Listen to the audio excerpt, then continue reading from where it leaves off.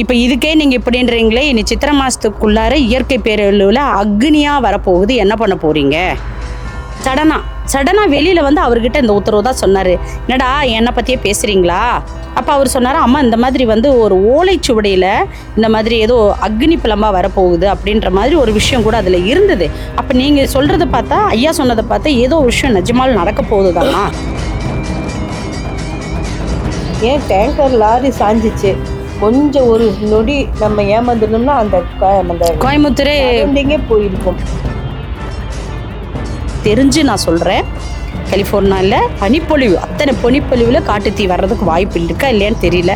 அப்புறம் பார்த்தீங்கன்னா திண்டுக்கல்ல அவர் ஒரு அடியார் தான், அவரோட ஹாஸ்பிட்டலில் பிடிச்சி இதாகிடுச்சு. என்னை சோதிக்கிறக்கே என்னை ஏறி மிதிச்சுட்டு மேலே வர்றீங்களான்னு கேட்குறாரு. இதுக்கு நம்ம என்ன பண்ணுறது? அப்பா அப்படி கிடையாது, அப்பா கூட்ட குரலுக்கு வருவாங்க. நான் நிறைய சாட்சி வச்சுருக்கேன். நான் பண்ணுற ஒவ்வொரு பூச்சியிலும் எனக்கு அற்புதமான காட்சிகளை கொடுப்பாரு என்னப்ப. நான் சாட்சி தர்றேன். அதுக்கு இவங்க என்ன சொல்கிறாங்கன்னா, நாடகம் ஆடுறீங்கிறாங்க. இதெல்லாம் போட்டுட்டு தான் நாடகம் ஆடணுமா நம்ம? நீ போய் கையேந்து யாசகம் கேளு.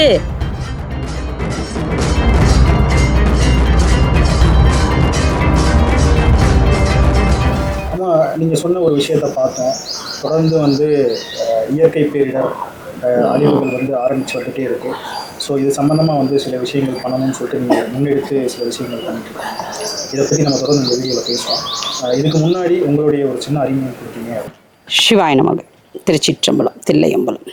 தென்னாடுடைய சிவனே போற்றி, எந்நாட்டவர்க்கும் இறைவா போற்றி, ஏகம்பத்துரை எந்தாய் போற்றி, பாகம்பெண் ஒரு ஆனாய் போற்றி, காவாய்க்கனக திரளே போற்றி, கைலை மலை நாதனே போற்றி போற்றி. திருச்சிற்றம்பலம், தில்லையம்பலம். என்னுடைய திருநாமம் ஞான ரிஷி மாதா மீனாட்சி தேவி. ஸ்ரீ சிங்காரவேலன் சிவசக்தி அருள்வாக்கு சித்தர் பீடம், சூலூர் கண்ணம்பாளையத்தில் என்னுடைய சித்தர் பீடம் இருக்குது.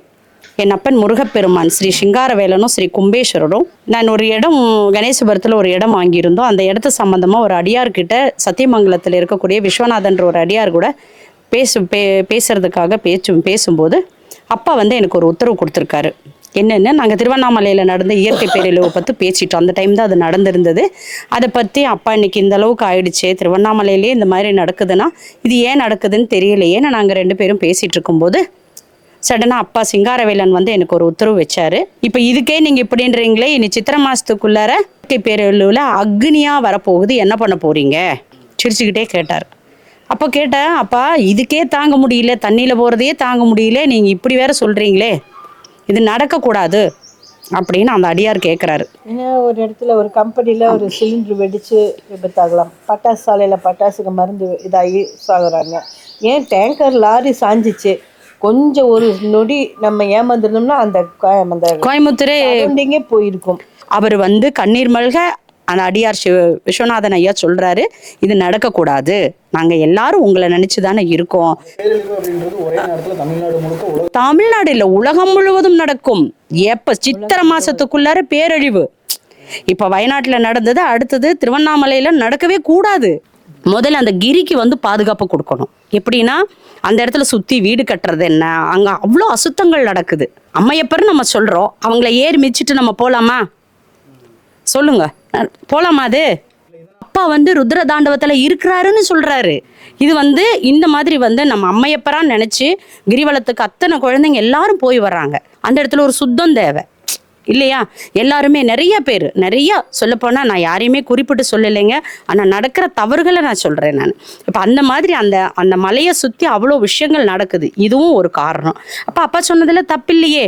அப்பா என்கிட்ட கேட்ட கேள்வி என்ன கேட்குறாருன்னா, ஏன்னா என்ன மலைன்னு நினைக்கிறீங்க, ஏன்னா அம்மையப்பறம் நினச்சிட்டு இருக்கிறீங்க, ஆனால் ஒரு பேரழிவு வந்து ஒரு தண்ணி வந்து ஒரு இடிச்சு விழுத்தோடனே என்னை சோதிக்கிறக்கே என்னை ஏறி மிதிச்சுட்டு மேலே வர்றீங்களான்னு கேட்குறாரு. இதுக்கு நம்ம என்ன பண்ணுறது? புரிஞ்சுதுங்களா? அது வந்து நம்ம சாதாரணமாக நடந்த விஷயம். ஆராய்ச்சியாளர்கள் மண் டெஸ்டிங் பண்ணுறாங்க, அது சரியான விஷயம் தான், அது தப்பில்லை. ஆனால் எனக்கு அப்பா என்கிட்ட கேட்ட கேள்வி, அப்போ என்ன சோதிக்கிறக்கா வர்றீங்க, அப்போ அந்த இடத்துல அசுத்தம் நிறைஞ்சிருக்கு, அப்போ தூய்மைப்படுத்துங்க அப்படின்றாரு. அப்போது அப்பாட்ட சரி இது எல்லாமே நாங்கள் வந்து வெளியே தெரியப்படுத்துகிறோம் அப்படின்னு சொல்லி அப்பாட்ட பேசும்போது அப்போ தான் வந்து அவர் சொன்னார், சரி அப்படின்னா நான் ஒரு வாய்ப்பு கொடுக்குறேன். எப்படின்னா, சித்திரை மாதத்துக்கு முன்னாடி கிரிவல பாதையில் தான் வைக்கணும். 21 அடிக்கு 21 அடி இதனாலதான் இது நடக்க போகுது அப்படின்ற மாதிரி ஏதாச்சும் இருக்கா? இதனாலதான் அப்படின்றது கிடையாது. இயற்கை பேரழிவுகள் பஞ்சபூதங்களும், அதாவது பஞ்சபூதங்களும் இன்னைக்கு ரொம்ப கோபத்தால ஆக்ரோஷமா, எனக்கு சொல்ல தெரியல, ஆனா உண்மை அதுதான். அவர் எனக்கு சொன்ன உத்தரவை நான் சொல்றேன். இது நானா யோசிச்சு நானும் பேசுறது கிடையாது. என் அப்பன் இறைவன் எனக்கு சொன்னதை நான் இங்க சொல்லிட்டு இருக்கிறேன். பஞ்சபூதங்களும் கோபத்துல இருக்கிறனாலதான் இன்னைக்கு வந்து இந்த மாதிரி நடக்குது அப்படின்னு சொல்லியிருக்காங்க. அப்போ பஞ்சபூதத்துக்கும் சாந்தி, அதாவது இந்த மாதிரி நடக்கக்கூடாது, இந்த மாதிரி நடக்காம இந்த எல்லா உயிரினங்களையும் காப்பாத்துங்க அப்படின்னு சொல்லி நம்ம அவங்கள கேட்டு அந்த இடத்துல திருவண்ணாமலை கிரிவல பாதையில ஒரு வேள்வி வைக்க சொல்லியிருக்காங்க. அந்த வேள்வியில பஞ்சபூதங்களும் சாந்தி, அண்ணாமலையாரும் ருத்ர தாண்டவத்தில் இருக்காரு இல்லையா, அந்த ருத்ர தாண்டவத்தை வந்து அவரையும் சாந்திப்படுத்தணும். நம்மளால அவரை சாந்திப்படுத்த முடியுமான்னு, அன்பே சிவம், அன்பால கேட்டால் கட்டாயம் பண்ணுவார். அப்பா அப்படி கிடையாது. அப்பா கூட்ட குரலுக்கு வருவாங்க. நான் நிறைய சாட்சி வச்சிருக்கேன். நான் பண்ற ஒவ்வொரு பூஜையிலும் எனக்கு அற்புதமான காட்சிகளை கொடுப்பாரு என் அப்பா. நான் சாட்சி தர்றேன். அவ்வளோ ஒரு அற்புதமான அந்த தெய்வத்தை நம்ம மனசார கூப்பிட்டோம்னா கண்டிப்பா வருவார். புரிஞ்சுதுங்களா? அப்போ அந்த இடத்துல அவர் சொன்னது அதுதான். அந்த வேள்வியை வந்து 21 அடிக்கு 21 அடி வேள்வி வச்சு 21 ஆச்சாரியர்கள் வச்சு 3 நாட்கள் தொடர்ந்து பஞ்சபூதங்களுக்கு சாந்தி வேள்வி கொடுக்க சொல்லியிருக்காரு. இது வந்து ஒவ்வொருத்தரோட ஆத்மார்த்த பூஜை இருக்கணும். அங்க பண்ணக்கூடிய அந்த ஆச்சாரியர்களும் ஆத்மார்த்தமா செய்யணும். என் குழந்தைங்களை காப்பாத்துங்க, தவறுகள் இருந்தால் மன்னிச்சுக்கோங்கன்னு ஒவ்வொருத்தரும் மனசார அந்த இடத்துல செய்யும் பொழுது கட்டாயமாக இந்த நிலை மாறும். என்ன விஷயங்கள்லாம் சொன்னாரு? எப்படி புரிஞ்சுக்கிட்டீங்க? எப்படி உணர்ந்துக்கிட்டீங்க? இதைத்தான் நம்ம சொல்ல வராரு அந்த மாதிரி இல்லைப்பா. இப்போ நீங்களும் உங்கள் கூட நாங்கள் பேசிகிட்டு இருக்கிறோம். இதே மாதிரி தான் நான் சாதாரணமாக என்னுடைய கோவிலுக்காக எனக்கு ஒரு 2.25 சென்ட் இடம் வாங்கியிருக்கேன் கணேசபுரத்தில். அதுக்கு வந்து கல் கட்டடம் கட்டலாமா இல்லை ஒரு ஷெட்டு மாதிரி போடலாமா அப்படின்னு கொஞ்சம் ஒரு யோசனை பண்ணிகிட்டே இருந்தோம். அதுக்காக நான் ஒரு அடியார்கிட்ட சரி யார்ட்டையா கேட்கலாமே அப்படிங்கிறக்காக அவரை வந்து நாங்கள் போன வருஷத்துக்கு முதல் வருஷம் காசி போனப்போ அந்த குரூப்பில் அந்த ஐயா வந்திருந்திருக்காரு. அதனால் இன்னும் வேற ஒருத்தர்கிட்ட கேட்கும்போது இவர்கிட்ட கேளுங்க ஐடியா சொல்லுவாருன்னார். அதனால் அவர்கிட்ட சாதாரணமாக ஒரு ஃபோன் பண்ணி பேசிகிட்டு இருந்தோம். பேசும்போது அப்பா சடனாக வெளியே வந்துட்டார். சடனாக வெளியில் வந்து அவர்கிட்ட இந்த உத்தரவு தான் சொன்னார். என்னடா என்னை பற்றியே பேசுகிறீங்களா, திருவண்ணாமலையில் நடந்த விஷயத்தை பற்றி நாங்கள் பேசும்போது சடனாக வந்து சொல்லிட்டார். அப்போ அவர் ஒரு விஷயம் என்கிட்ட சொன்னார். அப்போ அவர் சொன்னார், அம்மா இந்த மாதிரி வந்து ஒரு ஓலைச்சுவடியில் இந்த மாதிரி ஏதோ அக்னி பிளம்பாக வரப்போகுது அப்படின்ற மாதிரி ஒரு விஷயம் கூட அதில் இருந்தது. அப்போ நீங்கள் சொல்கிறத பார்த்தா, ஐயா சொன்னதை பார்த்தா ஏதோ விஷயம் நிஜமால் நடக்க போகுதுதானா அப்படின்னு அதாவது தெளிவானதுக்கப்புறம் ஐயன் இறங்கினதுக்கப்புறம் அப்புறம் அவர் என்கிட்ட சொன்னார். அப்போ நான் மறுபடியும் மனசார வந்து நான் எப்போதுமே என் ஐயனோட பேசும்போது தியானத்திலிருந்தும் கேட்பேன், நேர்லேயும் கேட்பேன். அப்போ கேட்கும்போது அப்போ எனக்கு உணர்த்தினது இதுதான். இப்போ இந்த வேள்வி இப்படி பண்ணும் பொழுது கண்டிப்பாக இந்த நிலை மாறும் அப்படின்னு அப்பா உத்தரவு வச்சிருக்காரு. அங்கே போகும்போது அதே உத்தரவு ஆமாம் அப்படின்னு எனக்கு உத்தரவு வந்துச்சு. அதுக்கப்புறம் தான் அம்மாக்கிட்ட எல்லாம் கூப்பிட்டு பேசி எனக்கு ரொம்ப மனசு கவலையாக இருக்கம்மா, என்னை எல்லாரும் இணைஞ்சு நம்ம செய்வோம் அப்படின்னு ஃபஸ்ட்டு தகவலை சென்னையில் உமா அம்மான்னு சொல்லி ஒருத்தவங்க இருக்காங்க. அவங்களும் இறைப்பண்ணையில் ரொம்ப இது பண்ணுவாங்க. அவங்கக்கிட்ட கேட்டால் அம்மா நம்ம இதை சரி பண்ணலாங்கம்மானதுக்கு அம்மா நான் கூட இருக்கம்மா, வாங்கம்மா நம்ம தைரியமாக பண்ணலாம் அப்படின்னாங்க. அப்புறம் அம்மாக்கிட்டேயும் வந்து சொன்னேன், அம்மா நம்மளாம் இணைஞ்சு இந்த விஷயத்த பண்ணி எப்படியாவது மக்களுக்கு ஒரு நல்லதை பண்ணலாம் அப்படின்னு சொல்லி அம்மாட்டையும் பேசும்போது இப்போ நாங்கள் 3 பெண்களாக இணைஞ்சு பண்ணுறோம். அதில் எனக்கு ஐயாலாம் ரொம்ப சப்போர்ட்டாக கூட எல்லாம் பண்ணுறாங்க. எல்லாரும் இந்த வேள்வி முடிகிற வரைக்கும் ஃபஸ்ட்டு பாதுகாப்பாக இருக்க சொல்லுங்கள். எல்லா வீடுகளாகட்டும் போக்குவரத்தாகட்டும் எல்லா நிலையிலையும் கொஞ்சம் இந்த அக்னிகிட்ட இருந்து காப்பாற்றுறதுக்காக பாதுகாப்பாக இருக்கட்டும். இன்றைக்கி பார்த்தீங்கன்னா எல்லா இடத்துலையும் எனக்கு உத்தரவு வந்ததுக்கப்புறம் எனக்கு தெரிஞ்சு நான் சொல்கிறேன், கலிஃபோர்னியாவில் இவ்வளோ பெரிய இந்தோனேஷியாவில் பாருங்களேன் பனிப்பொழிவு, அத்தனை பனிப்பொழிவில் காட்டுத்தீ வர்றதுக்கு வாய்ப்பு இருக்கா இல்லையான்னு தெரியல. அது ஒன்று. அப்புறம் பார்த்தீங்கன்னா திண்டுக்கல்லில் அவரோட அடியார் தான், அவரோட ஹாஸ்பிட்டலில் பிடிச்சி இதாகிடுச்சு. சென்னையில் பார்த்தீங்கன்னா இப்போ அதான் நான் சொல்கிறது, இந்த டிசம்பர் 10க்குள்ளே ஜனவரி ஒரு 10க்குள்ளார நடந்த சம்பவங்கள் இதெல்லாம் இப்போ இதெல்லாம் வச்சு பார்க்கும்போது எனக்கு தூக்கம் வர மாட்டேங்குது. கடவுள் வந்து கொடுத்த உயிரை அவராக எடுக்கட்டும், அது தப்பில்லை. ஆனால் சம்மந்தம் இல்லாமல் இந்த மாதிரி ஆகுது. நேற்று பாருங்கள், ட்ரெயின் போயிட்டு இருந்த ட்ரெயினில் ஒரு ரூமர் தான் விபத்து, எப்படி நெருப்பு வந்துருச்சுன்னு சொன்னதுக்கே எல்லாம் குதிச்சு ட்ரெயினில் பார்த்தீங்க இல்லையா.